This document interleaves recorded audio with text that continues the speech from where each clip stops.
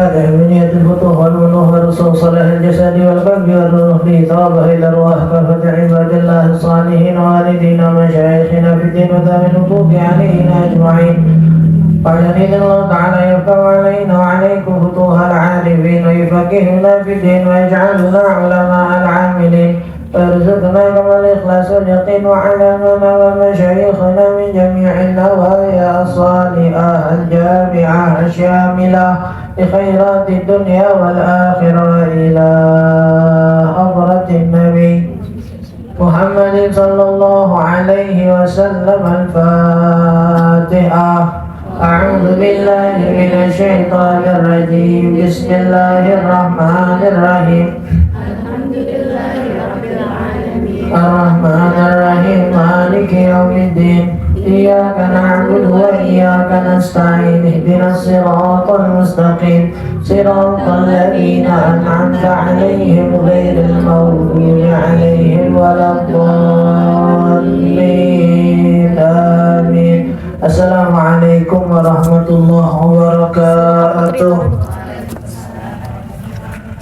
Alhamdulillah wassalatu wassalamu ala rasulillah sayyidina Muhammad bin Abdillah wa ala alihi wa sahbihi wa man walaha ma ba'd. Subhanaka la ilma lana illa ma 'allamtana innaka antal alimul hakim wa tub 'alaina innaka antat tawwabur rahim. Rabbi shrah li sadri wa yassir li amri wahlul 'uqdatam min lisani yafqahu qawli. Allahumma inna nas'aluka al-'ilma ladunni wal mashraba safiyan haniya wa hab ya ghani. Allahumma inna na'udzu bika min ilmin la yanfa' wa qalbin la yakhsha wa 'ainin la tadma' wa nafsin la tashba' wa da'watin la yustajabu laha. Allahumma sahhil 'alaina hifdzal 'ulum wa hab lana wasi'atal fahmi bi jahin nabiyyikal ma'sum. Ya Fattah ya 'Alim ya Fattah ya 'Alim ya Fattah ya 'Alim iftah 'alaina fathan qariban wa inna ta'alluma wa ta'lim wa tadhakkura wa tadhkir wa naf'a wal intifa' والإفادة والاستفادة والحث على التمسك بكتاب الله وسنة رسوله والدعاء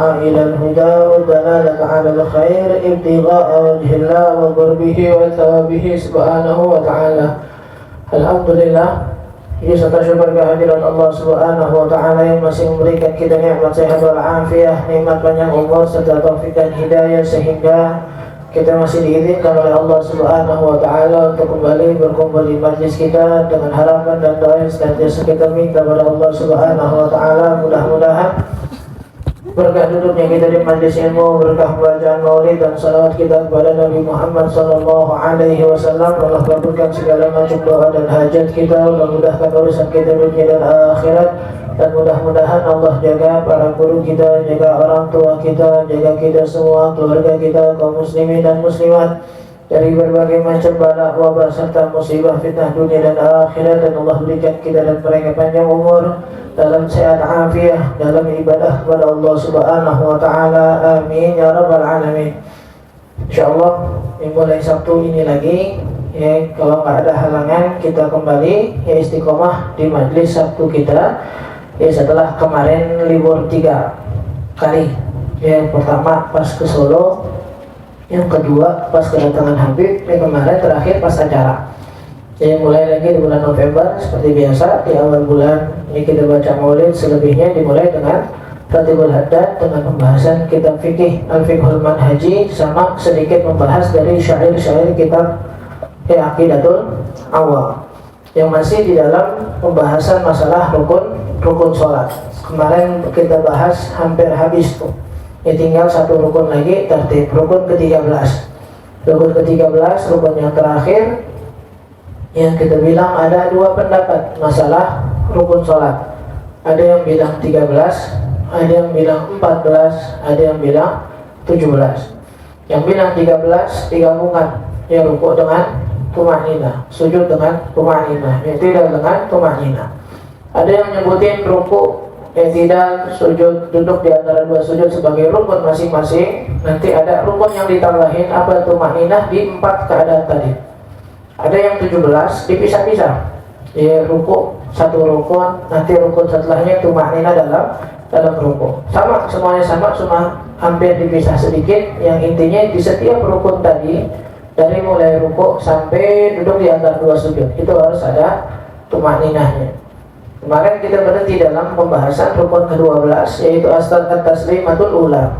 Ya, salah satu rukun sholat yang ke-12. Kita ngambil yang ketiga, kita ngambil pendapat yang bilang 13 rukun ya. Rukun yang ke-12 at-taslimatul ula, yang ngucapin salam yang pertama. Ya, salam yang wajib cuma ngucap assalamualaikum. Udah. Ya, warahmatullahi itu tambahan. Tapi yang wajib yang dalam sholat sekedar assalamualaikum. Ya, yang wajibnya juga salam yang pertama. Ya, salam yang ngadep kanan tuh, ya, sekali lagi ngadep kanan kirinya pun hukumnya sunnah. Gak pengen ngadep gak apa-apa. Ya, lagi sakit Ustaz lehernya, gak pengen ngadep boleh gak boleh. Yang penting ucapan assalamualaikum itu yang keluar. Ya, yang pertama, yang kedua nggak pengen ngucapin yang kedua, cuma pertama doang assalamualaikum boleh, karena memang wajibnya di situ. Wa hiya ayyakul al-musalli multafitan ila yamini. Yang wajib yang jadi rukun adalah salam yang pertama ketika dia menghadap ke kanan atau nengok ke kanan dengan mengucapkan assalamualaikum wa akmaluhu wa rahmatullah. Minimal yang mengucap assalamualaikum, ya maksimalnya wa rahmatullah. Yang kita nggak dengar dari guru-guru kita ketika sholat itu sampai wabarakatuh enggak. Ya, sambil ngadep ke kanan. Nah, harus tuh pakai alif lamnya. Ya, pakai alif lam ta'arifnya harus disebut. Pakai assalamualaikum. Jangan assalamualaikum, jangan. Ya, kebiasaan kita juga gara-gara kebiasaan ketika ngapak pintu rumah orang begitu mulu, pas sholat ke bawah jadi. Ya, kalau orang Betawi, rumahnya masih jauh, ngapak pintunya masih jauh, di gerbang mengucap salam dulu. Belum ketemu pintu, belum ngetok, udah telepon assalamualaikum, assalamualaikum lagi. Ya jangan, kalau pakai assalamualaikum itu harus. Ya, dan adab sedikit, kalau adab yang bertamu datang dulu ke rumah dulu, ketok pintunya baru salam. Ya, bukan dari jauh, dari gerbang salam, habis itu nggak pakai ngetok pintu, ngintip di jendela, enggak. Ya, ini kebiasaan kita nih, ngetok pintu pakai jendela diintipin. Jangan, jendela itu rumah orang, aib orang, jangan diintipin, jangan ketok pintu. Ya, 3 kali ngetok nggak dibuka, kata Nabi wa antarji'u huwa azka lakum. 3 kali nggak dibukain, ya 3 kali nggak dibukain itu kata Nabi pulang itu lebih baik daripada masuk. Karena normalnya kalau orang udah naruh bel di rumahnya nih, atau ngetok pintu yang ketokan itu kayaknya kedengeran ke rumahnya, nggak dibukain, mungkin memang sengaja lagi nggak pengen terima tamu. Jangan udah 3 kali, beda kalau udah janjian ya. Ya, kita udah janjian ya mau datang ambil zuhur, tahu-tahu dia bilang ada di rumah, dan dia bilang ada di rumah, tahu-tahu kita datang, kayak dibuka, mungkin kita telepon, kita miss call, nggak apa-apa. Tapi kalau nggak janjian, ya berarti kita harus siap. Ini orang bisa jadi siap menerima tamu, bisa jadi enggak. Udah ngetok 3 kali nggak dibukain, berarti mungkin ada indikasi sengaja nggak mau nerima tamu. Ngetok 3 kali nggak dibukain, pulang. Jangan ngintip, apalagi miss call, apalagi gedor-gedor teriak dari pintu belakang lagi. Jangan. Kamu tahunya ada pintu belakangnya nih, lewat dapur nih, buksonoin ada belakangnya. Ya. Udah 3 kali ngetok nggak dibuka, yaudah. Itu begitu. Ya wal hajar, assalamualaikum warahmatullahi wabarakatuh. Sallallahu alaihi wasallam fil hadits, karena dalilnya yang kita tahu pas masalah takbiratul ihram, Nabi katakan tahrimu at-takbir wa tahlilu at-taslim. Salat itu dimulai dengan takbiratul ihram.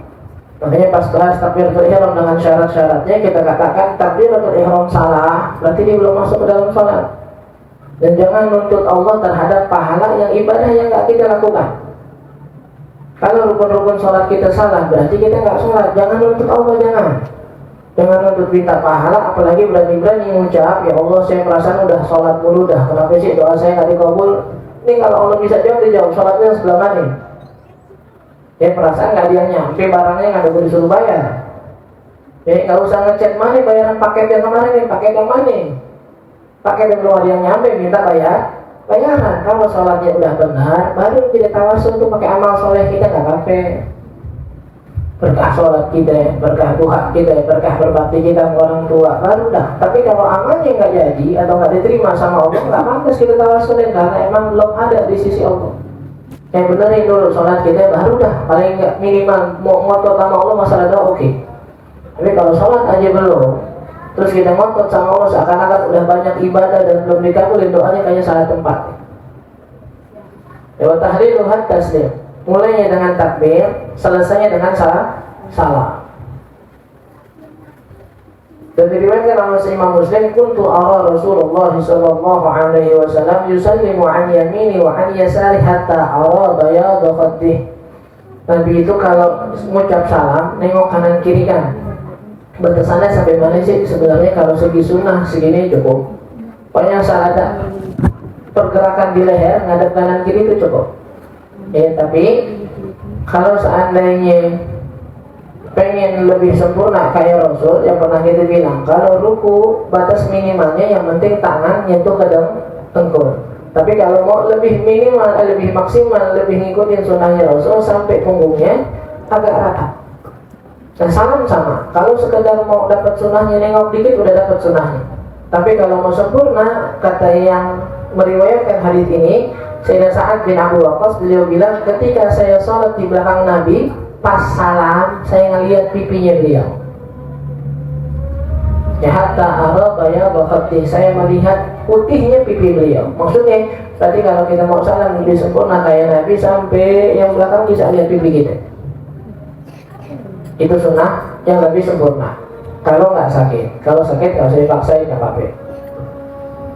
Warawa Abu Dawud dan diriwayatkan oleh Imam Abu Dawud an Ibnu Mas'ud dari Sayyidina Abdullah bin Mas'ud. Apa ya? Anna Nabiyya kana yusallimu an yamini wa an shimali hatta yura bayadu khaddih wa yaqulu assalamu alaikum warahmatullah, assalamu alaikum warahmatullah. Nabi ketika selesai sholat mengucapkan salam dengan berpaling atau menengok ke kanan dan kiri sambil mengucap assalamualaikum warahmatullah, assalamualaikum warahmatullah. Mau mengucap dulu assalamualaikum warahmatullah baru nengok, assalamualaikum warahmatullah baru nengok, nggak apa-apa. Mau nengok dulu baru pas udah kesini mengucap assalamualaikum warahmatullah, nggak apa-apa. Tapi yang sering kita dapatnya dari guru-guru kita prakteknya adalah sambil mengucap assalamualaikum warahmatullah itu habis pas tengokah balik ke tengah baru mengucap lagi assalamualaikum warahmatullah gitu. Tapi yang mana aja tadi kita bilang boleh, mau nengok dulu boleh, mengucap dulu boleh, baru nengok boleh. Tapi berbarengan itu yang paling sering kita lihatin dan kita dapat dari para guru kita ketika mengamalkan.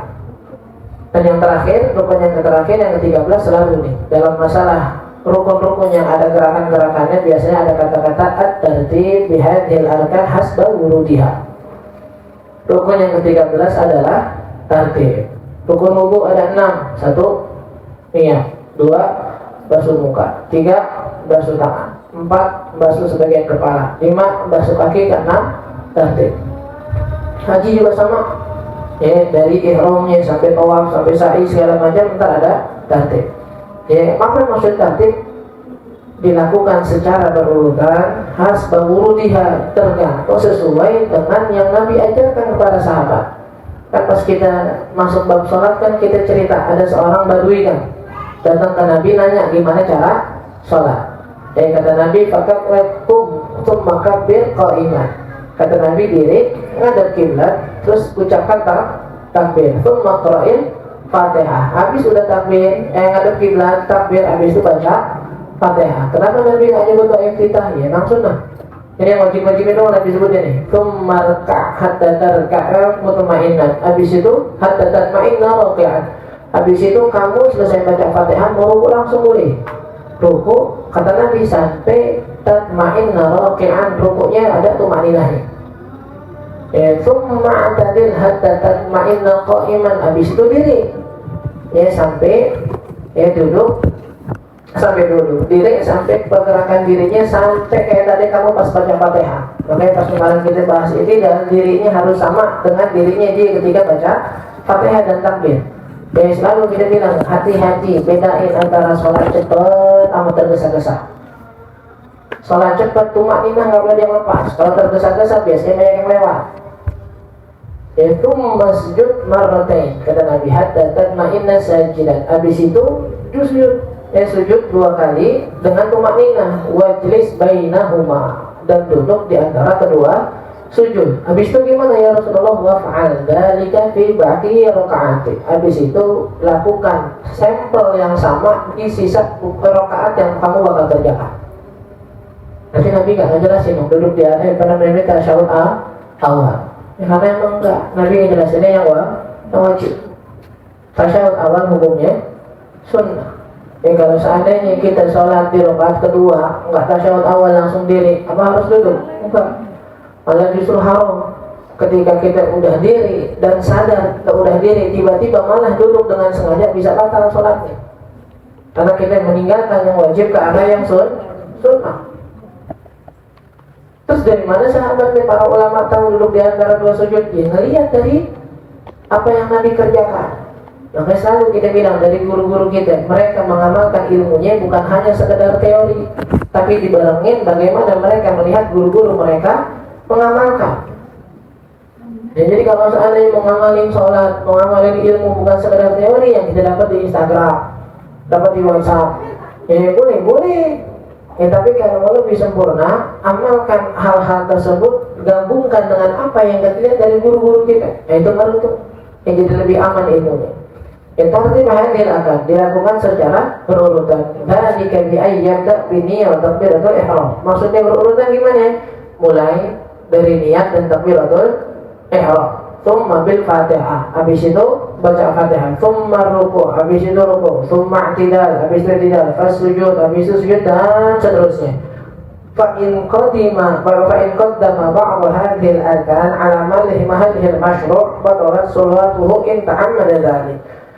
Kalau ada orang yang sengaja memindahkan atau mendahulukan satu rukun ke bukan pada tempatnya, maka sholatnya batal. Dengan syarat rukun pergerakan. Sholat ada 4 rukun kan ya? Ada rukun qalbi, yaitu niat. Ada rukun qauli, ucapan-ucapan, takbiratul ihram, Fatihah, tasyahud, salam. Ada rukun fi'li, ada rukun pergerakan. Apa yang tadi itu? Diri, sujud, ruku, i'tidal, duduk di antara dua sujud. Ama rukun ma'nawi. Rukun, ada dia rukun tapi nggak kelihatan bentuknya gimana. Apaan? Ini yang kita bahas. Tartib. Ya sebagian ulama nyebutnya cuma 3, tapi sebagian lagi nyebutnya 4. Biar tartib ini masuk. Kalau ada orang yang sengaja, kayaknya habis baca Fatihah, tak pengen ruku dulu, tak pengen sujud dulu gitu. Kayaknya saya sholat Ustaz 25 tahun selalu ritmenya kayak gitu, pengen nyoba ritme baru gitu. Habis Fatihah langsung sujud, baru ruku harus Ustaz. Habis itu i'tidal baru sujud kedua dan baru diri, boleh enggak? Karena memang biar gerakannya lebih banyak aja, biar segar gitu kan. Kalau gantinya atau kalau ngubahnya rukun pergerakan batal. Tapi kalau rukun ucapan, misal dia lagi diri, harusnya kan baca Fatihahnya, tentu dia baca tasyahud. Pernah nggak kayak gitu? Lagi diri nih, baca tahiyatul mubarakatuh shalawatut thayyibatillah. Pernah nggak? Kalau pernah sholat tuh ngelamun berarti. Lagi salam, lagi duduk tasyahud, tentu baca Fatihah. Bismillahirrahmanirrahim, alhamdulillahirabbil alamin. Pas ingat tuh, ngapain lu baca Fatihah ya? Pernah? Ngelamun berarti udah sholat ya udah. Ya kalau saya tahu sama aja pernah ngelamun. Itu batal nggak sebenarnya nggak? Kecuali yang dipindahin 2. Takbiratul ihram kan masuk rukun qauli kan? Salam masuk rukun qauli kan? Ini 2 ini jangan coba-coba dimain. Takbir dulu, ruku, sujud, pas duduk di antara dua sujud baru takbiratul ihram. Allahu akbar. Ini belum sholat berarti mau ngapain? Itu yang pertama. Yang kedua, jangan coba-coba ngucap-ngucap salam, jangan. Pas tasyahud awal mikir, kalau kata Instagram ngikutin kata otak gitu. Coba assalamualaikum, batal sholat berarti. Karena semua yang mengucapkan salam berarti dia menyelesaikan sholatnya. Kalau sholat zuhur dikerjakan 2, sah nggak? Berarti batal sholatnya. Nah 2 ini jangan coba-coba dipindahin nih. Kalau pindah ini tiba-tiba waladhdallin, amin, assalamualaikum warahmatullahi wabarakatuh, batal saat itu juga. Tapi kalau habis baca Fatihah tiba-tiba baca subhana rabbiyal azim wa bihamdi, subhana rabbiyal azim wa bihamdi, batal nggak? Tapi kalau bergeraknya atau yang dipindahkannya rukun pergerakan, sujud, ruku, i'tidal, duduk di antara sujud dihancurin, ini diubah-ubah, ini baru batal. Kalau sengaja. Wa amma in fa'ala dzalika ghairu muta'ammidan batalat salatuhu bad'an min awwal rukn alladhi fa'alahu fi ghairi mawdi'ihi fayajibu 'alaihi an yu'ida dzalika kullah. Kalau seandainya dilakukan yang nggak sengaja, maka yang batal, maksudnya yang batal yang nggak dianggap adalah semenjak dari rukun yang dia lewatin. Misal, Dia diri baca Fatihah. Habis baca Fatihah dia ngerasa dirinya itu diri iktidal. Dirinya diri iktidal. Tiba-tiba nggak tahu kenapa dia lupa, langsung dia sujud. Berarti kan rukunya ketinggalan kan ya? Rukunya ketinggalan nih. Sujud pertama, duduk di antara dua sujud kedua. Sekarang gimana hasil sholatnya? Berarti semua gerakan yang dilakukan setelah rukun yang ketinggalan itu nggak dianggap. Harus langsung balik ke rukun yang ditinggalin. Jadi tadi terakhir ini baca apaan? Fatihah. Yang belum apa jadinya nih? Rukuk Ustaz. Ayo udah balik ke rukuk sekarang. Nah sujud saya 2 kali gimana? Batal. Tapi habis rukuk itu tidak langsung rokaat selanjutnya gara-gara dulu sujud tadi udahan. Enggak, itu nggak dianggap tuh. Rukuk yang sujud yang tadi nggak dianggap. Pokoknya balik ke rukuk. Catatan nih, kalau mau balik ke rukuk jangan dari sujud langsung ke rukuk, jangan. Karena baca Fatihah nih, habis baca Fatihah dia lupa atau langsung sujud. Pas sujud ingat perasaan belum rukuk. Wah udah balik deh ke rukuk deh. Tapi pas dulu diri dari sujud, jangan diri berhenti di rukuk, jangan. Karena pergerakan rukuk itu dianggap dari dia diri ke arah rukuk, bukan dari bawah ke rukuk, bukan. Jadi dia bisa dianggap ngelakuin rukuk kalau udah diri dulu ke rukun sebelum rukuk, habis itu baru rukuk. Dia nggak bisa dari awal dari bawah nih karena dia pas lupa pas sujud, ingatnya pas sujud langsung diri ke rukuk, itu nggak sah. Karena dia nggak ada pergerakan rukuknya, itu hanya dianggap sebatas bangun dari sujud yang dikelupaan tadi. Paham ya? Nah itu satu nih contoh pertama. Dia ingatnya, paham ini? Dia ingat yang tadi ini itu masih di rakaat yang sama kan ya? Dia lupa rukuk, ingatnya masih di rakaat yang sama. Ada kondisi kedua, fa in istamara fi salati ba'da an ghayyara tartib al-matlub ila an wasala ila mithli dhalika al-mawdi' min ar-rak'ati as-sabiqah nazala as-sahih min ar-rak'ati ats-thaliyah manzilatal fasid min ar-rak'ati allati qablaha wajaba 'alaihi hina idin ay yazida 'ala salatihi rak'atan badalan min ar-rak'ati allati fasadat bi fasadi tartib baina arkaniha. Oke. Dia lupa rukuk tadi, rupanya tidak. Akhirnya sujud kan, sujud pertama. Terus duduk di antara 2 sujud. Terus dia sujud. Habis itu dia baca Fatihah. Habis baca Fatihah kan rukuk nih. Pas rukuk baru ngerasa. Kan kadang-kadang kita gitu nih. Udah di posisi yang sama baru ingat kayaknya tadi belum nih gitu. Pas dia rukuk nih, rukuk di rakaat selanjutnya. Kayaknya belum rukuk dah. Terus gimana nih? Oh udah ini buat yang tadi nggak bisa. Berarti 2 kali sujud, rukuk, rukuk lagi gitu buat menunggu yang tadi nggak bisa. Berarti kalau udah sampai ke rakaat atau ke rukun yang tadi ditinggalin, yang tadi batal semua. Jadi ingat, anggap rakaat ketiga nih. Rakaat ketiga dia lupa rukuk. Habis itu dia sujud. Duduk di antara 2 sujud, diri, Fatihah, habis itu rukuk. Kan rukuknya udah ke rakaat keempat nih. Rukuk yang di rakaat keempat itu berarti dianggap lagi sekarang mulai ke rakaat ketiga yang tadi ketinggalan. Berarti rakaat saya sekarang 4 atau 3? 3. Nambah dong 1, nambah 1. Kalau nggak ditambahin berarti sholatnya nggak sah.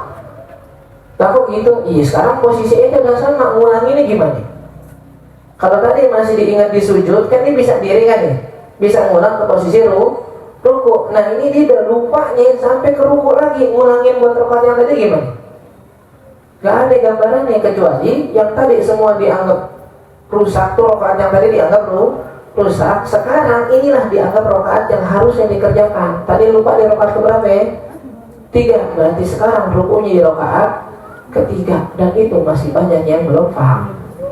Di antara dirinya, di antaranya yang nggak dipahamin adalah dirinya tadi itu dari sujud. Lupa nih, belum rukuk, diri jangan ke rukuk, jangan, diri dulu. Karena rukuk itu ada setelah orang baca Fatihah, maka diri seakan-akan kita habis baca Fatihah baru menuju rukuk, bukan diri dari sujud langsung ke rukuk, jangan, nggak sah. Yang kedua tadi, kalau seandainya dia lupa, ini ingetin ya, rukun itu nggak bakal pernah bisa ditinggalkan. Yang bisa diganti dengan sujud sahwi, cuma kalau ketinggalan, doa kunut. ketinggalan tasyahud awal, ini bisa diganti sujud sahwi. Tapi kalau rukun yang ke-13 yang kita bahas, kalau ketinggalan nggak bakal pernah bisa diganti dengan sujud sahwi. Ingat ya, takbir, niat, Fatihah, ruku, sujud. Ruku tidak, sujud berdiri bagi yang mampu, duduk di antara dua sujud, dibaca sholawat, duduk tasyahud, salam, semuanya nih itu nggak bisa kalau ketinggalan diganti dengan sujud sahwi, nggak bisa. Anda lupa ruku lagi dan antara di akhir sujud sahwi, nggak. Sujud sahwi itu kalau bahasa orang ujian nih, kalau bahasa orang ujian, sujud sahwi kita punya ujian, batas kelulusan itu harus nilainya 75. Ini orangnya nilai 78. Berarti lulus ya? Lulus. Ditawarin sama gurunya yang lulusnya nih, kalau kamu pengen coba remed biar dapat nilai 100, saya kasih. Ya saya kasih ujian ulang biar kamu ngusahain biar dapat nilai 100. Itulah adanya sujud sahwi. Makanya kalau ketika kita lupa kunut, habis itu lupa sujud sahwi, nggak usah khawatir. Habis kunut nih, habis tidak lupa kunut kan nih, akhirnya langsung sujud. Pas sujud, ya Allah lupa kunut lagi, ntar sujud sahwi dah. Sujud sahwi adanya kapan? Habis baca tasyahud sebelum salam. Habis itu ketika innaka hamidum majid, langsung aja udah assalamualaikum warahmatullah. Ya lupa lagi sujud sahwi. Gimana dong? Udah ulang sholatnya, mau ngapain kerajinan banget? Dia udah lulus karena yang ditinggalin cuma sunnah, tidak lulus. Kita sujud sahwi itu tawaran dari dosennya, dari gurunya, mau nggak nilainya 100. Nah di akhir sujud sahwi. Cuma emang dasar orangnya lupaan, dan gitu sholatnya ada di sholat subuh lagi. Antara hidup dan mati kan sholatnya ya. Sholat antara hidup dan mati gitu. Udah jadi badan kita tuh kalau sholat subuh tuh sebenarnya antara sadar tak sadar, udah jalan hanya sesuai settingan aja. Bukan karena khusyuk, bukan. Subuh ingat tuh 2 rakaat, ingat ada kunut, enggak, itu mah bukan khusyuk, emang udah kebiasaan. Makanya ketika ada yang ketinggalan, nggak keburu tuh sujud sahwi tuh, emang jarang, udah emang lagi nggak sadar sholatnya. Mata kanan kebuka, mata kiri ketutup. Mata kiri ketutup, mata kebuka, mata kanan ketutup. Jadi sholat subuh kita begitu tuh. Nah jadi kalau kelewatan, nggak usah khawatir. Nilai sujud sahwi cuma begitu, ya jiburul kholal min ghairil fardhah. Namanya sujud sahwi itu ya jiburul kholal, menutup kekurangan dalam sholat selain daripada rukun.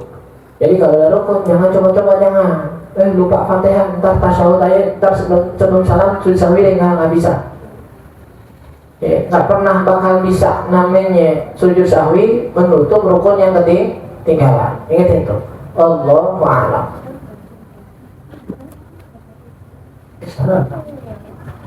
Penjelasan ulang Ustaz waktu membahas wudhunya perempuan kalau di tempat terbuka.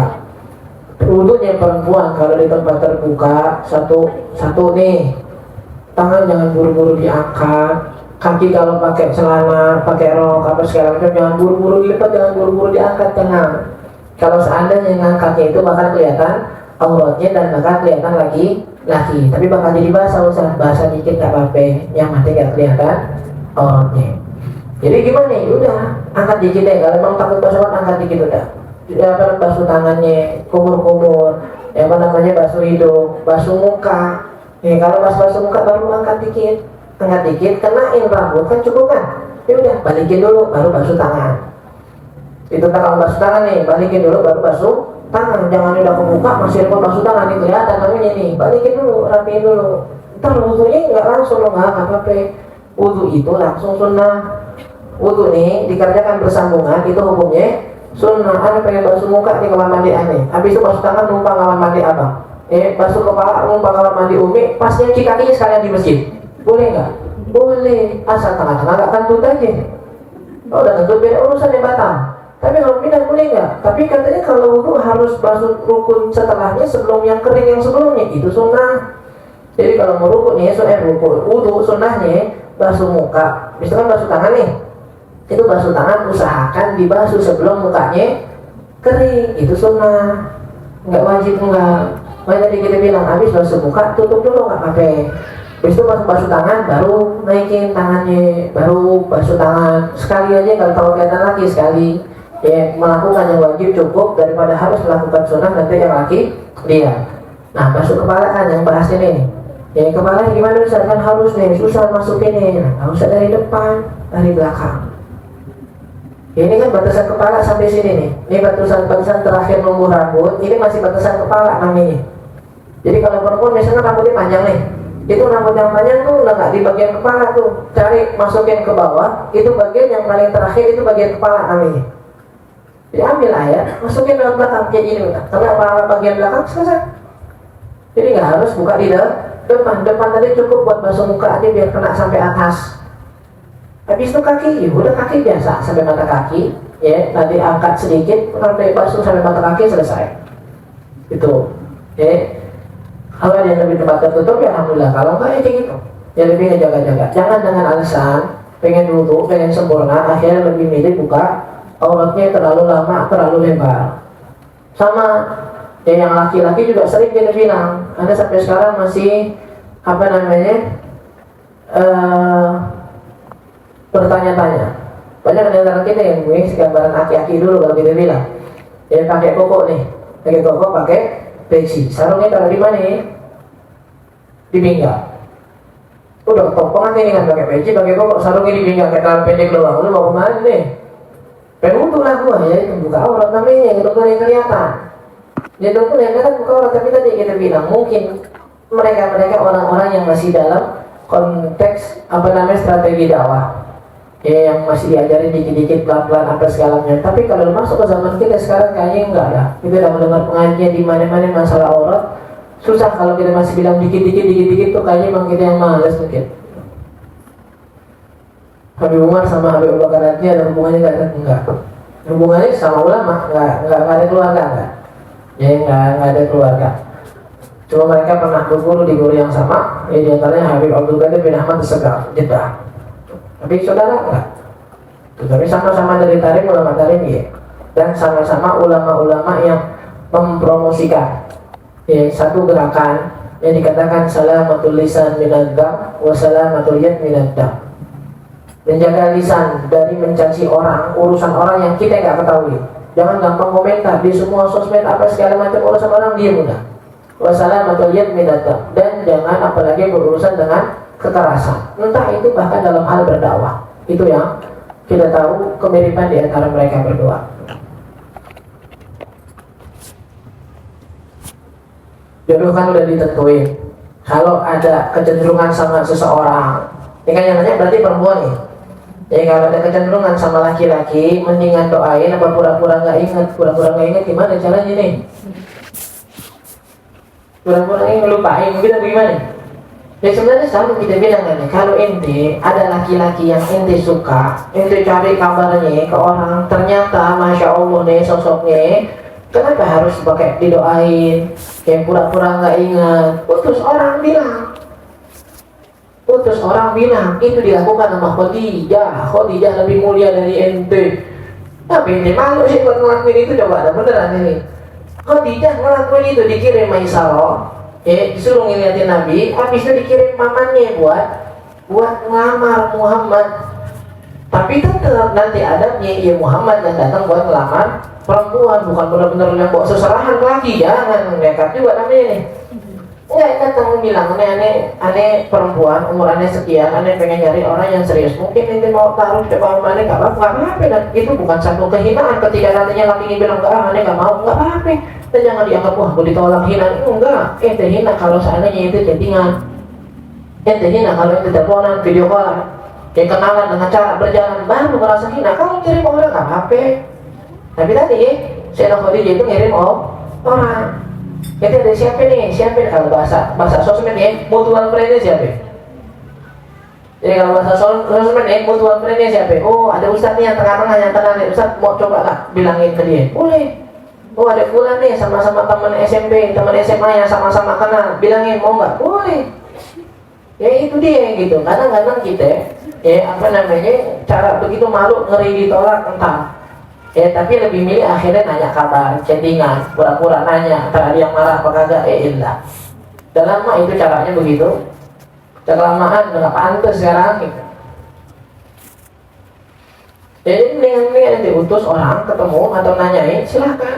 mau enggak, ini nggak ngelakuin apa-apa, ini belum kelihatan muka, belum kelihatan apa, cuma nanyain doang, enggak hina. Bahkan ketika ta'aruf, ketemu ngobrol kayaknya visinya nggak cocok, masih nggak dibilang hina. Islam ngajarin kok. Nah sekarang ini bahkan Islam memakruhkan orang nikah tanpa melihat sama sekali, tanpa ngobrol sama sekali. Takutnya ntar setelah nikah baru, gue kira bagus begini ternyata, jangan dah. Nah lo ketemu sekali, lo ngobrol. Ya, tetap di tempat yang ada pengawasannya gitu. Bukan berarti ngobrol bebas jalan, enggak. Gimana caranya biar kita selalu dikasih kesabaran dan kesadaran mendidik anak-anak kita. Semua sih khidmahnya kita sama suami berjuang nyari nafkah buat istri, orang tua mendidik anak bisa sabar. Kalau satu kunci cuma satu, dia sadar dia hanya menjalankan kewajiban yang dicari pahala. Bukan didikannya wajib menghasilkan anak yang soleh, bukan didikannya wajib menghasilkan anak yang rajin beribadah, tapi kita diwajibkan bagaimana berusaha menjadikan mereka anak yang rajin beribadah. Kita diwajibkan berusaha menjadikan mereka anak yang soleh, bukan menghasilkan anak yang soleh, bukan. Karena hasil di tangan Allah. Itu.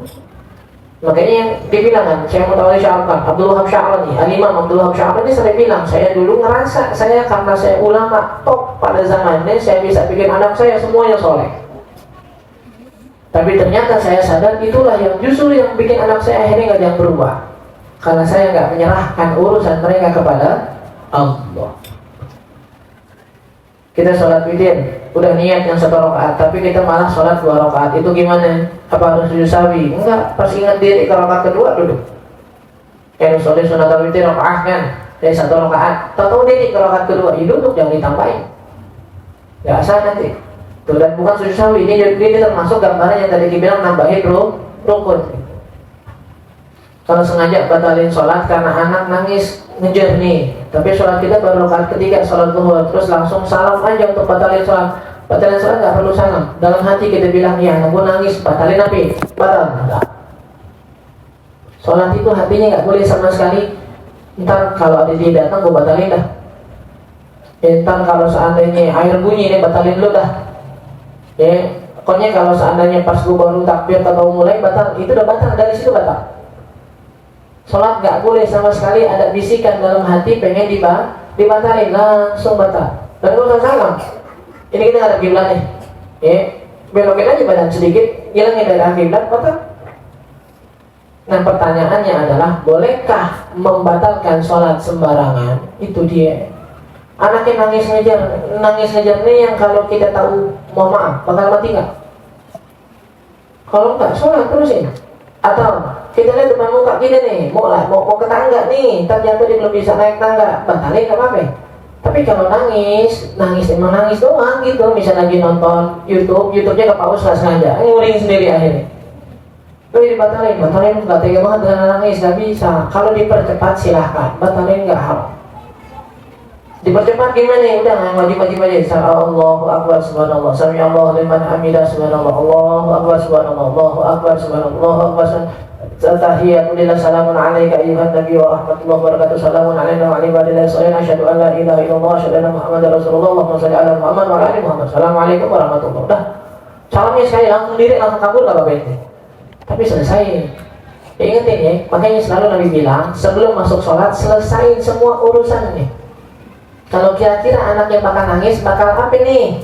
Anaknya nangis bakal apa? Karena apa? Karena haus, bikinin susunya dulu. Kalau ditinggal anaknya bakal nangis nih, gimana caranya? Kasih mainan, kasih mainannya dulu. Jangan tiba-tiba sholat lupa anaknya, akhirnya bikin begitu. Tuh.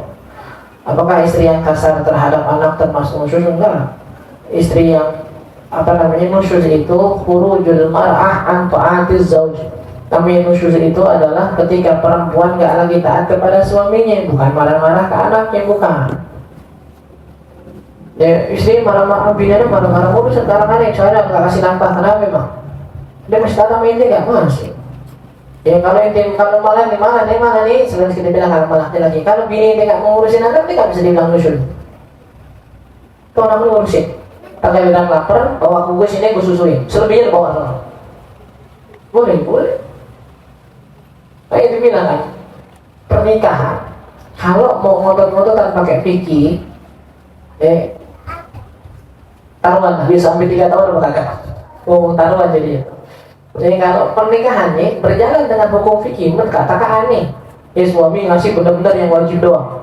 Jadi kasih nasi, membuncis mulu tiap hari. Pak berubah-ubah. Yang perempuan juga sama. Pokoknya gua nggak mau ngapa-ngapain. Nyuci lu, nih lu. Kalau lu mau keranjang baru panggil gua. Udah sampe, gebloknya udah. Ini udah, makanya aku nyampe 3 tahun jam. Nah kalau nanti dulu kan bisa batu asas ya pengertian. Asasnya saling ngalah. Kalau cuma sekedar pakai fikih yang susah. Gitu. Dikit-dikit, oh ini nusul nggak nafkahin. Ini dikit-dikit suaminya kasar keluar dari rumah. Jadi ribet nih. Nggak bakal kelar kalau misalnya. Apalagi sholat, tiap gerakan bacaan harus benar-benar niat dan sadar ngelakuin ini. Kalau enggak, batal. Enggak, sebenarnya sih kalau seandainya kita tahu-tahu pas sholat benar-benar nggak sadar, tahu-tahu udah tasawuf tidur namanya ini. Tapi apakah perlu dengan kesadaran penuh ini gue pengen ruku, ini pengen gini? Dibilang harus banget enggak? Tapi kalau ternyata kayak kemarin pas ruku nih kan, kita bilang ternyata rukunya itu dia bukan karena pengen ruku awalnya, karena ada duit di depan, dia penasaran, pengen lihat sekalian ruku. Ini nggak bisa nih. Berarti rukunya nggak murni diniatkan buat gerakan sholat. Tapi apakah harus sadar 100%? Yang subuh masih ngantuk, minum kopi dulu 3 gelas biar sadar gitu? Enggak sholat aja. Yang penting dia sadar di dalam sholat. Kalau udah ninggalin satu rukun terus udah diganti, perlu sujud sahwi nggak? Kalau nggak sengaja nggak? Kalau nggak sengaja. Kalau perlu. Salah satu kaidah sujud sahwi itu melakukan sesuatu yang kalau dilakukan secara lupa batal, dilakukan secara sengaja batal. Karena ada bab-babnya kita panjangin di sana. Kalau imam kelupaan sampai dan sholat sampai 5 rakaat, pas akhir apakah boleh kita sujud sahwi sendiri nggak ngikutin imam? Enggak. Kalau imam 5 rakaat ini nggak sujud sahwi, tapi nungguin di tasyahud. Jadi udah ngerasa 4 nih. Ini sering terjadi nih. Imamnya rakaat keempat diri ke rakaat kelima. Anda tanya, itu udah 4 rakaat nggak? Udah. Ada yang salah nggak di sholat inti? Enggak. Berarti itu udah 4. Kalau inti ngikutin batal. Karena imam bisa jadi dirinya karena lupa. Tapi inti diri secara sengaja ke rakaat kelima, itu yang batal. Mau nggak mau duduk di tasyahud sampai ingetin subhanallah. Kalau perempuan tepuk tangan kan, laki subhanallah. Imamnya nggak duduk juga, mungkin ada yang salah di dia. Tapi kita harus ingetin enggak. Karena kita udah 4, kalau kita diri malah jadi 5. Kalau yang lupa rakaatnya mulangnya dari mana? Dari rakaat yang dia lupa paling sedikitnya berapa? Lupa antara 3 dan 4. Berarti ambil sekarang rakaat yang ketiga. Kalau masbuk setelah imam salam 2 kali, nggak masbuk, selesai namanya. Imam assalamualaikum, lu nggak masbuk udah berarti. Namanya masbuk itu masuk ke dalam sholat. Ini pengertian dasar masbuk ya. Masbuk yang sering dikatai yang sering dipakai kata-kata masbuk itu adalah ketika kita masuk ke dalam sholat jamaah, imamnya masih diri, kan kita wajib baca Fatihah nih. Namanya masbuk adalah orang yang ketika masuk ke dalam sholat nggak keburu baca Fatihah secara sempurna, itu masbuk. Terus apa yang harus dilakukan? Baca Fatihah sedapatnya. Bismillahirrahmanirrahim. Imam ruku udah. Biar dapat ruku bareng imam, habis itu dapat 1 rakaat. Tapi kalau kita ngikutnya setelah pas imam i'tidal, pas imam pas imam sujud, pas imam tasyahud, sebenarnya nggak pas disebut masbuk, enggak. Emang nggak cuma disebut yang nggak ikut jamaah dari awal aja itu. Karena ucapan masbuk itu yang mereka yang nggak sempat baca Fatihah. Dan kalau imam udah salam, assalamualaikum warahmatullah, assalamualaikum warahmatullah, Allahu akbar, berapa jamaah? Nggak dapat, udah selesai. Assalamualaikum yang pertama tuh sholat imam udah selesai, gitu udah nggak dapat jamaah udah. Kalau lupa ruku atau lupa Fatihah, jadi sholatnya harus diulang lagi? Enggak. Ente lupa Fatihah, ingatnya di mana? Ada lupa baca Fatihah, gimana ingat baru lupa Fatihah ya? Susah lupa Fatihah, lupa ruku dah. Ya ruku nih, lupa nih, habis baca Fatihah langsung sujud. Kalau ente masih diingatnya pas masih sujud, diri habis itu ruku, ulang lagi kayak ritme seharusnya. Tapi kalau ingatnya udah di ruku yang rakaat setelahnya, berarti rakaat yang tadi nggak dianggap. Yang harusnya sekarang kita di rakaat keempat, balik lagi ke rakaat ketiga. Betul. Minta sebutin lagi urutan 13 rukun sholat. P ini kan yang pertama ya? Iya. Habis itu takbiratul ihram. Habis itu Fatihah. Enggak, berdiri bagi yang mampu. Habis itu Fatihah. Terus ruku. Tidak. Sujud. Enggak disebut tumanina berarti ya ruku dengan tumanina. Habis itu tidak dengan tumanina. Habis itu sujud marratain langsungan. Sujud 2 kali dengan tumanina. Duduk di antara 2 sujud dengan tumanina. Habis itu duduk di tasyahud awal. Duduk tasyahud akhir. Habis itu baca tasyahudnya. Habis itu baca sholawat kepada keluarga, kepada Nabi sama tartib. 13 ya nih. Benar 13 ya? Kalau salah dikatain gue, Ustaz saya lupa bagi murid ini. Yang nanya ngaji kali ini biar Ustaz saya lupa. Jadi alasan Ustaz saya lupa, murid wajar lah. Kalau lagi keputihannya banyak, terus lagi darurat di sekolah, sedangkan harus sholat zuhur berjamaah. Kalau keputihannya di bagian yang najis nggak bisa, jangan anggaplah entah itu putihan atau kena kencing bajunya, pakaian dalamnya. Tapi di sekolah wajib sholat Ustaz jamaah, jelasin ke gurunya. Kalau ini sebagai murid ya, jelasin ke gurunya, Ustaz mohon maaf, ya saya kena baju saya kena najis, saya harus cuci dulu. Kalau nggak keburu nanti sholat belakangan. Kalau gurunya maksa, enggak sholat dulu, enggak, gurunya belajar di mana emang? Orang lagi kena najis suruh sholat dulu, mau ngapain? Ya kalau memang yang nyuruh benar gurunya paham agama, ya bilang jelasin. Kalau bilang tapi kalau nggak sholat takut dihukum Ustaz, nanti lebih takut dihukum sama Allah pura-pura sholat entar. Ini sholat dalam keadaan baju najis. Ini kan pura-pura di mata manusia, tapi Allah tahu kan dosanya pura-pura sholat. Mendingan jujur ke manusia bilang, ini lagi kena najis, ini mau dibasuh dulu, nanti baru ikut sholat. Ini mas buke apa segalanya atau sholat belakangan.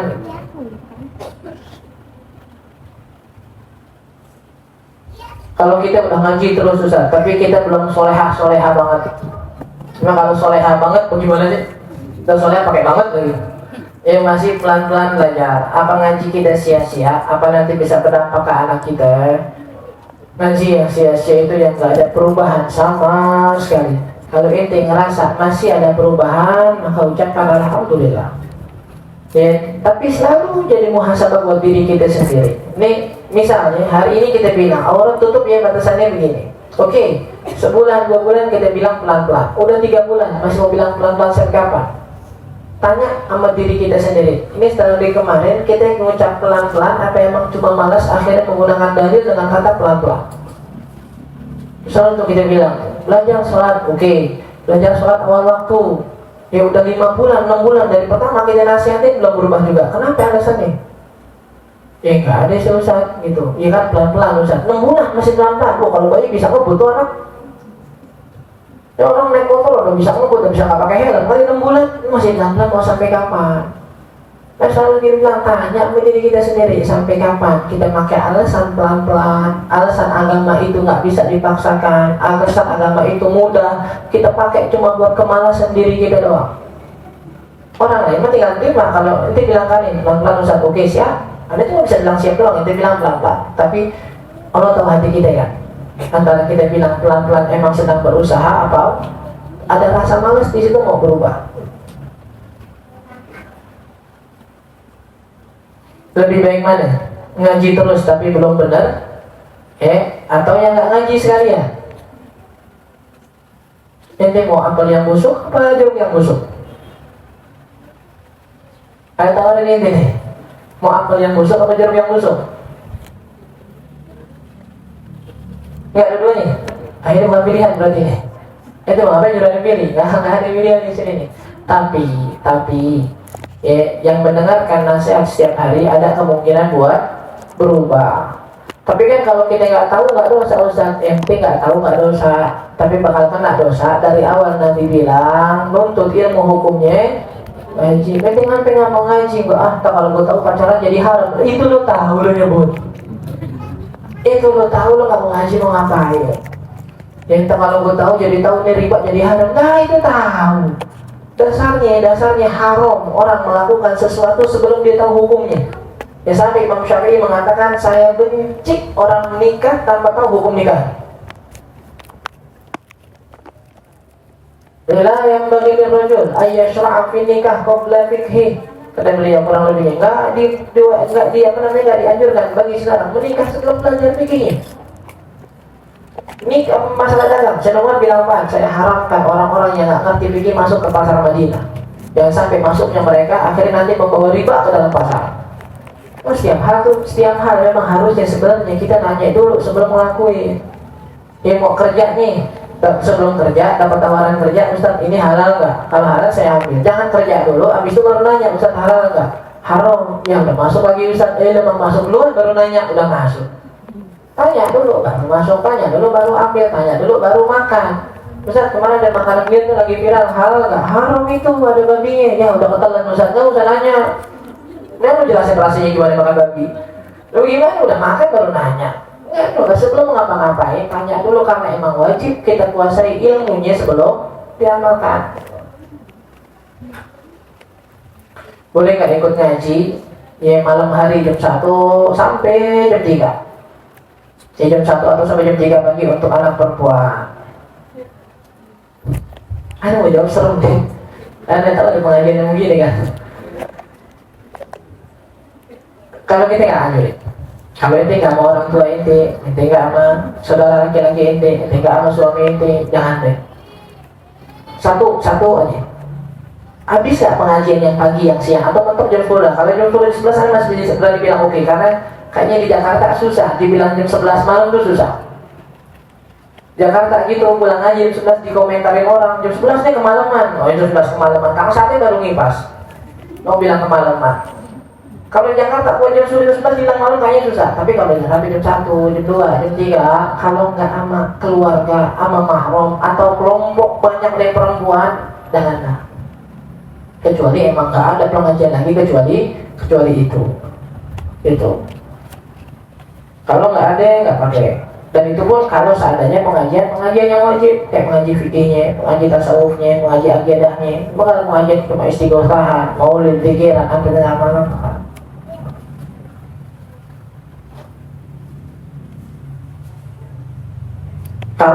Kalau pas pendekatan sama laki-laki nggak pakai perantara, Ustaz tadi mau ngobrol tuh ada pertemuan berdua tapi tempat rame ya untuk membahas keseriusan, boleh nggak? Boleh sebenarnya dalam arti yang apakah khalwat di situ nggak ada ya, misal membahas ini kita mau seriusnya Ustaz mau bahas tentang masa pernikahan berdua di tempat rame, boleh nggak? Ada khalwat nggak? Contoh gimana kata orang demo misalnya gitu, orang lagi demo udah bahas itu berdua tuh rame-rame sekalian kan, ada gas air mata, ada tembakan, semua di situ. Ini kalau seandainya bahasnya benar, ini di rumah kenapa emang? Mau kate misalnya ketemu di dia sendiri, berdua atau mau ngapain? Yang dimongin mau apaan lagi emang? Kalau masalah visi-visi pernikahan yang orang tua dengar pun kita nggak malu, ngapa harus di luar? Cuma ngomongin habis nikah tinggal di mana, habis nikah kerja gimana, habis nikah kenapa emang harus di luar? Yang ketika kita berdua, kita nggak tahu lagi nanti godaan yang bakal datang bagaimana. Kita udah berdua ngomong kelamaan, kemalaman, buat terindah, panjang lagi dah. Usah dah, nanti rumah lu enggak ada jempat nggak apa-apa. Gimana agar iman nggak naik turun? Nggak, iman kita ini begitu udah kaidahnya. Ini yang belum jadi bagi orang-orang pilihan, imannya masih naik turun. Cuma kita bisa berusaha, yang datang ke majlis-majlis. Dan kemarin kita bilang, yang bisa bikin iman kita lebih terjaga, lebih agak jarang turunnya, ya majlis. Kayak kata Allah, saya datang ke rumah, ya siapa dzakir inna ma'adid dzikra. Ingetin terus, karena yang namanya terus diingetin itu bakal bisa bermanfaat. Tapi orang-orang yang udah bosan mendengar nasihat itu, dia gimana akhirnya turun? Masjid dijadikan tempat lomba festival Muharram, sedangkan sholat berjamaahnya dipindahkan ke lantai 2. Kalau masih ada syiar nggak masalah. Kalau masih ada syiar, yang penting syiar sholat jamaah tetap berjalan, tetap ada adzan, tetap orang tahu buat sholat jamaah, silakan. Tapi kalau di stop sholatnya, ini ada agak sedikit pertanyaan, nah kenapa harus di stop? Kalau yang wajib syiar sholat jamaahnya, bukan festivalnya.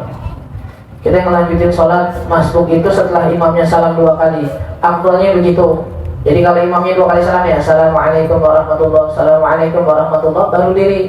Tapi kalau tadi kita bilang pas imamnya Assalamualaikum yang pertama, mau diri boleh nggak? Boleh, karena imamnya udah selesai sholat dan dia nggak melanggar imam.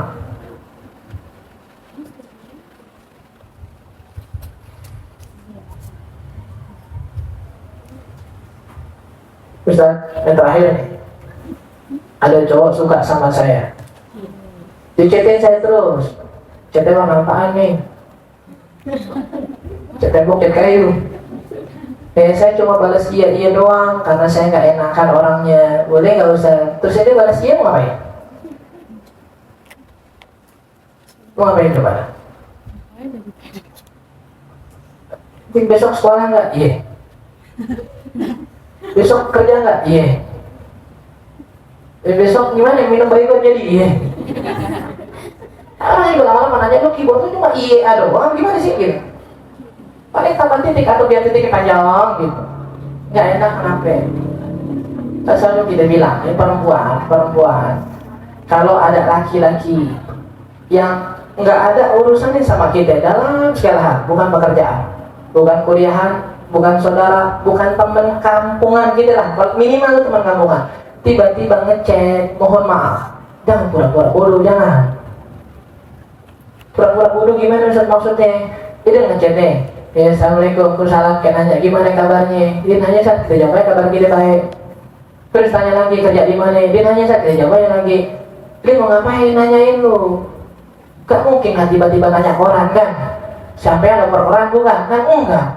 Atau nanya baru Madura? Bukan. Tiba-tiba ada cowok gak tahu dari mana yang ngechat, boleh kenal. Tapi lagi depannya boleh kenal nggak? Lu ngapain nomorku dari mana bang? Dari tiang listrik. Lu kan ngechat gue pasti udah tahu nomor gue siapa, gue yang punya siapa, kayak tanya boleh kenalan nggak? Udah yang begini nih pasti ada maksud tertentu. Kalau inti memang nggak ada satu, belum ada pikiran buat nikah. Dua, atau inti tahu orang yang fulan, ini nggak mau dia. Udah nggak usah selalu nggak enak, karena ketika mereka ngechat inti pasti ada tujuan ke situ. Nanti akhirnya ketika mereka udah terus dijawabin segala macam, nggak bisa kita bilang lah dia yang salah, orang gue cuma jawabin doang, dia ngarep lu jawab. Nggak usah dijawab. Aku nggak tembak sekalian. Mau ngapain emang nih? Kenal mau ngapain? Nggak apa-apa, mau kenal aja. Oh yaudah, nama gue fulan, udah selesai. Atau kalau fotoin KTP-nya itu, nih KTP aneh, lu baca sendiri dah. Itu biodata gue, nggak usah kenalan lagi dah. Udah selesai tinggal. Enggak, mana bilang nggak lucu deh. Niatnya cuma temenan doang, mau ngapain? Kita nih, keluarnya kita ke sekolah, ke kuliah, oke lah, masih sama nuntut ilmu. Keluarnya kita kerja, ini kan udah banyak keluar dari kebiasaan perempuan-perempuan dulu nih, yang akhirnya membuat kita lebih banyak interaksi sama laki-laki. Cukup patokin tuh laki-laki yang tempat kerja kita di udah dah, karena emang ada harus yang kita ketemu, ada hal yang mengharuskan kita ketemu mereka, nggak bisa menghindar. Yang lain jangan ditambahin, nambah temen aja, nambah teman perempuan. Kadang-kadang ada pertanyaan gitu, nambah teman kenapa nggak perempuan? Nggak enak usah teman perempuan udah kebanyakan. Jadi itu ngapain? Teman lagi mau ngapain? Kita kan bisa jadi link ini, aduh banyakan link-linkan udah, nggak usah dah. Jadi nggak usah dijawabin, bilang tanya aja. Itu kalau seandainya yang si penanya bener yakin nih, si laki ini bener suka sama dia, ngejar-ngejar dia, tembak. Ya bukan tembak, lu tembak dia, jangan, bukan. Maksudnya berhentiin gitu. Ya cut udah habis, itu mau ngapain sih? Enggak, mau maaf, mana nggak ada, belum ada pikiran buat nikah.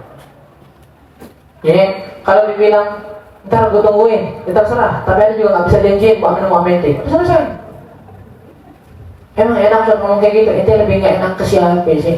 Tiap hari chattingan, tiba-tiba diam diulang tahun gitu, dikirim makanan. Gimana nih Ustaz? Dikirim makanan baru dah, dikirimin kado baru Ustaz, saya dikirimin kado. Gimana nih? Gimana? Apa aja nanya gue, yang terima bukan gue gimana? Bagaimana mau ngasih gue sini? Mau gimana dong? Ini ngirim, habis dikirim kado Ustaz, aneh nggak minta, emang agak minta, hak dia lagi usaha. Kenapa? Karena kita masih ngasih celah yang dia ngerasa masih bisa ngejar kita. Kalau kata Imam Sufyan Tsauri, setan tuh bakal selalu godain kita. Kapan? Ketika ngelihat kita masih ngasih celah buat mereka. Ketika setan masih lihat ada celah di kita, setan nggak bakal pernah istirahat. Tapi ketika dia udah ngelihat, oh ini udah ada celah di sini, kita udah sampai nazar. Ya Allah, saya nazar. Kalau seandainya saya nggak sholat duha 8 rakaat dalam sehari, saya sedekah 100.000. Rela nggak kehilangan 100.000? Kalau nggak rela ya. Kan mau nggak mau pasti sholat 8 rakaat kan? Itu setan nggak bakal godain lagi tuh. Coba kalau nggak percaya. Tapi jangan minta ke gue cepetnya ya. Coba dah. Ya saya nazar 100.000 pasti sholat, dan saya nggak bakal godain lagi sholat duha. Kenapa? Mentok godain juga pasti sholat. Tapi di sholat-sholat lain yang masih entar, kalau setan bilang tunda deh, ditunda. Lewat dulu nih hari dah, cuma sunnah dilewati. Ini terus maka setan godain di sini. Laki sama. Sama. Kalau dia udah ngotot sama ente, apalagi udah pakai nafsu yang kita bilang, ya udah ngotot banget sama ente, nggak usah pakai nggak enak, bilang nggak. Ya Ustaz jodohnya takut Ustaz kalau seandainya katanya nolak orang Ustaz jodohnya jadi jauh kejar pakai motor. Kalau jodoh jauh kejar pakai motor, masih kurang lagi pakai Transjakarta murahan lagi. Mau kurangin nebeng pakai truk begini, biar kejar tuh jodoh lo kemana? Jodoh jauh gimana sih? Jodoh yang Allah jodoh jadi jauh tuh gimana? Terus ente mau gitu datang pemabok, datang orang nggak ke sholat, yang agamanya nggak kerja, nggak datang melamar ke rumah, tiba-tiba dia terima deh daripada jodohmu jauh. Iya dia nggak jauh, jadi singkat tapi mau. Kalau nikah sama orang yang nggak ngerti pernikahan, jodoh ini nggak jauh tapi jadi singkat, 3 bulan selesai mau. Kan kayak juga ya udah, makanya Nabi udah ngajarin cari jodohnya yang punya agama. Jadi ketika kita datang ke laki-laki yang kita nggak cocok, selesai perkaranya.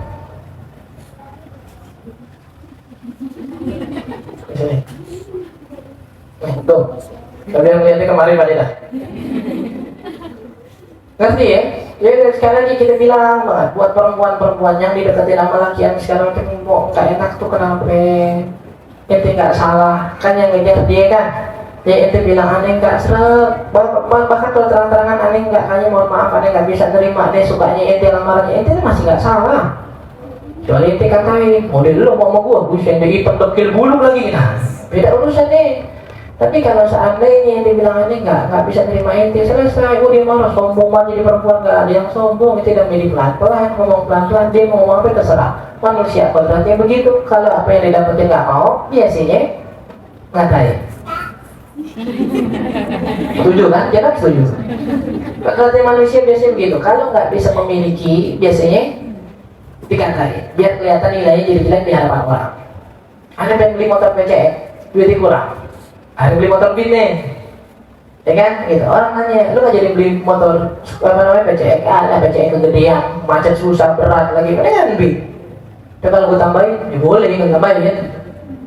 Itu kodratnya orang gitu. Dan perempuan nih nggak diterima, gue dikatain, lalu belagu dia orangnya begini sok suci, sekalian menganak nggak bisa dapet aja.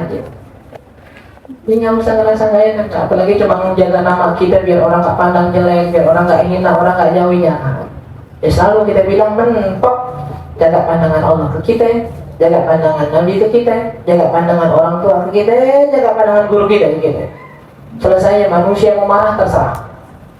Dan punya hidup kaidahnya itu doang. 4 ini ridho, seisi dunia mau marah silahkan. Tapi kalau yang lain muji-muji kita karena kita ngenakin mereka terus, yang salah satu aja, bukan 4 yang salah satu aja dari 4 marah, ngapain? Karena ridho kita di mereka. Surga kita di mereka, bukan ada manusia yang lain, bukan. Ya, terakhir, ucapan terima kasih buat semua yang udah bantu acara Maulid kemarin. Ya, buat yang udah bantu dengan tenaganya, waktunya, materinya, pikirannya sampai begadang semuanya. Makasih banyak. Yang mudah-mudahan yang kita keluarin, yang kita lakuin semuanya diterima sama Nabi, yang terima sama guru-guru kita, dan membuat bangga Nabi Muhammad SAW. Mudah-mudahan yang kita bisa lakukan maulid tersebut setiap tahunnya. Yang kita baca Fatihah, kita minta kepada Allah, mudah-mudahan Allah jadikan ilmu kita ilmu yang manfaat dunia dan akhirat. Kabulkan segala macam doa dan hajat kita. Allah mudahkan urusan kita dunia dan akhirat. Allah jaga kita semua, jaga para guru kita, jaga keluarga kita, kaum muslimin dan muslimat dari berbagai macam bala, wabah serta musibah fitnah dunia dan akhirat.